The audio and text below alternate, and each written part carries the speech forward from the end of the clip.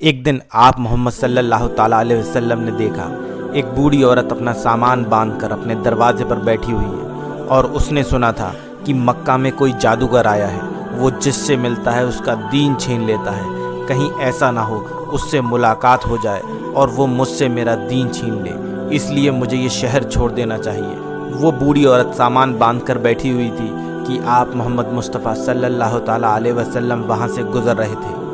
بوڑھی عورت نے آپ کو دیکھا اور کہا، بیٹا یہ سامان اٹھا دو۔ حضور صلی اللہ تعالیٰ علیہ وسلم نے سامان اٹھایا تو دیکھا گٹھری وزنی تھی اور وہ بوڑھی عورت کمزور تھی، تو آپ فرمانے لگے، اماں یہ سامان بھاری ہے اور آپ بوڑھی ہو چکی ہیں، اگر آپ کو اعتراض نہ ہو تو کیا میں آپ کا سامان اٹھا کر آپ کی منزل تک پہنچا دوں؟ تو وہ بوڑھی عورت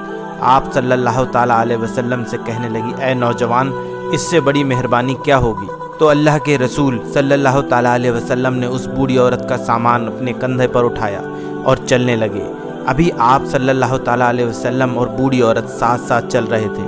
اتنے میں وہ بوڑھی عورت آپ سے کہنے لگی، اے نوجوان، میں تمہیں بھی یہی نصیحت دیتی ہوں کہ یہ شہر چھوڑ دو اور چلے جاؤ، کیونکہ یہاں پر کوئی جادوگر آیا ہوا ہے جس کا نام محمد ہے۔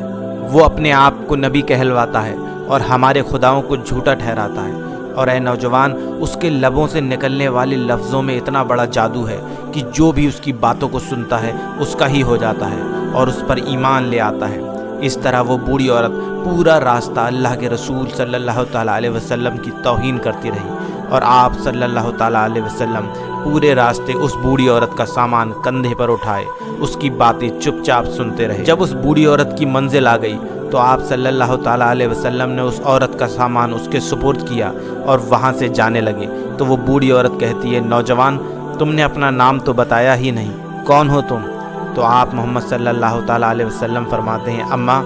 نام میں کیا رکھا ہے، آپ کا کام تو ہو گیا۔ تو وہ بوڑھی عورت کہنے لگی، نہیں، میں اپنے گھر والوں کو بتاؤں گی، مجھے ایک نوجوان شخص ایسا بھی ملا تھا جس نے میری مدد کی۔ تو آپ محمد صلی اللہ تعالیٰ علیہ وسلم فرماتے ہیں، اماں پورے راستے جس محمد کی تم برائی کر رہی تھی میں وہی ہوں۔ یہ سن کر وہ بوڑھی عورت آپ نبی کریم صلی اللہ تعالیٰ علیہ وسلم کے پیروں میں گر جاتی ہے اور کہتی ہے کہ میں نے اپنی زندگی میں اتنے اچھے اخلاق اور نور والا شخص نہیں دیکھا،